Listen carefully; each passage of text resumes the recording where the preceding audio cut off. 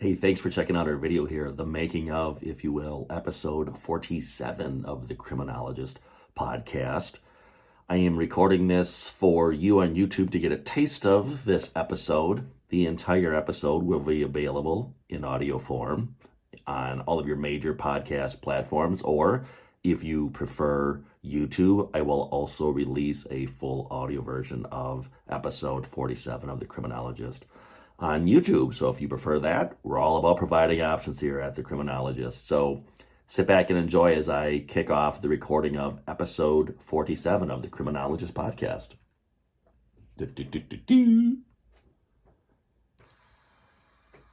Thank you. Hello and welcome to episode 47 of the Criminologist podcast. Happy to have you all with us here today.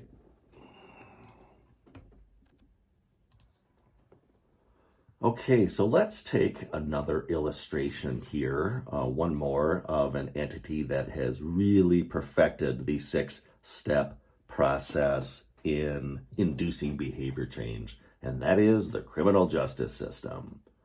Unfortunately, we're doing this for the worse in the criminal justice system, as I'm about to show you all. Step number 1, now that we're familiar with these, the apprenticeship or journey. This is really the initiation into criminality. Criminal acts are typically a social endeavor. Individuals prove themselves on this journey by committing their crimes, really. Step two, the ceremony. Here, and again, I need to give total credit to Dr. Shad Maruna on this. Again, this is all based on his speech that he gave, and I've talked to him again on the podcast about this, so please go back and have a listen. But when we talk about this within the context of the criminal justice system, Shad refers to the courtroom as a status degradation ceremony. Again, do yourselves a favor and go down the Shad Maruna rabbit hole. He talks about deviant smithing versus normal smithing, and really, we know of the importance of ceremony to reinforce identities. And if you're a regular listener to the show, you know how important identity plays in the desistance process. Here, Shad contends, it also works on reinforcing the identity towards persistence. These degradation ceremonies versus accomplishment ceremonies. If any of you have ever been in a courtroom for any reason, particularly if you are a criminal justice practitioner, you know all about the formality and the decorum of appearing in court, whether it's entering a plea or a sentencing or probation violation after probation violation. Again, it's really this notion that these are really equivalent to what Shad refers to as status degradation ceremonies. We're not celebrating these accomplishments, we're degrading that individual. Again, just lots of ceremony and status in courtrooms. The sad thing is, positive recognition in the criminal justice system is rare. By its nature, it is almost entirely negative. When clients are rewarded on supervision, it's generally for something they did not do. And the reward is not having something done to them. For example, if you don't fail a drug test, you'll do less urinalysis testing, less drug testing. It's not so much about good behavior as engaging in not bad behavior. Positive client efforts towards employment, securing housing, educational achievements, sobriety, etc., they generally go unnoticed by the system.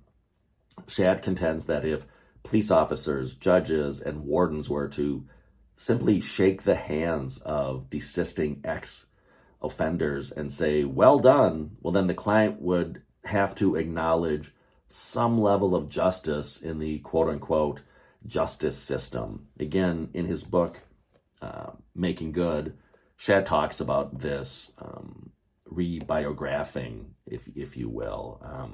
If you grab the book, if you have the book, skip to page 164 and you'll learn all about that. Okay, back to the 6 steps. Step number 3, credentialism.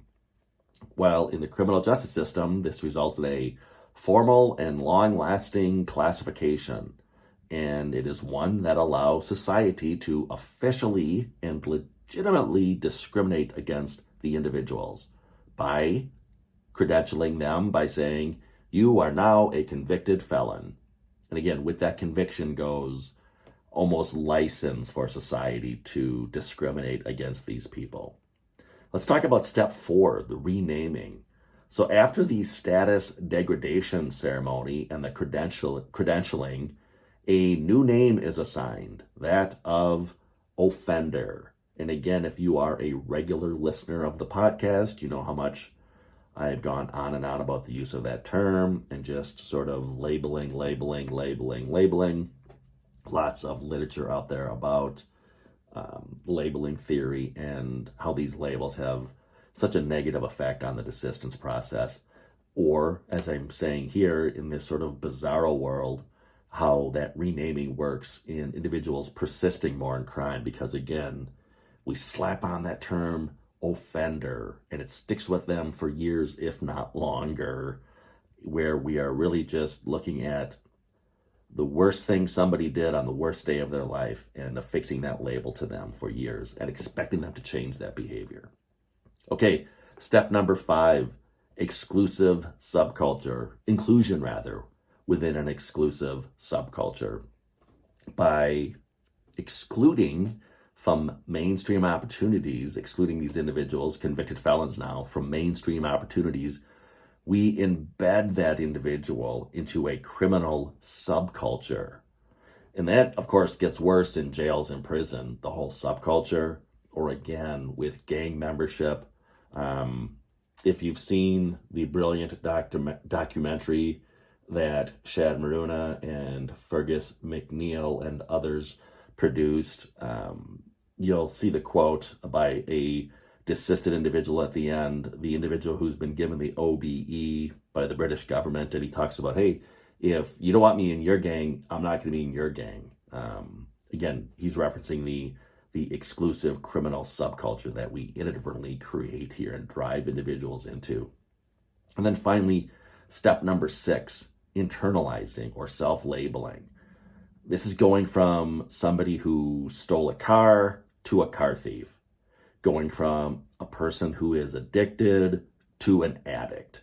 And it begins to instill a sense of hopelessness or accepting of one's fate.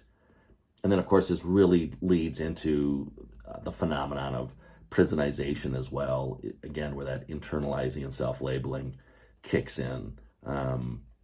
Again, I'm just giving a shout out here to Dr. Maruna.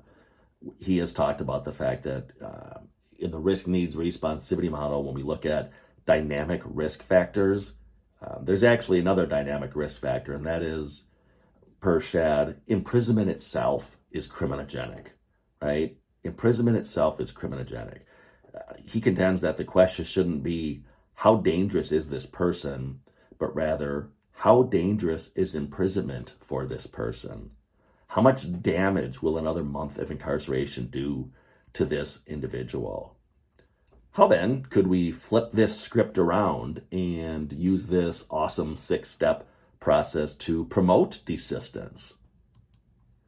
Hey, Kay, for the answer to that, listen to the entire podcast. Again, it'll be available on all of your quality podcast platforms, or again, I'll have an audio version available on YouTube as well. Thanks for listening, and we'll see you next time.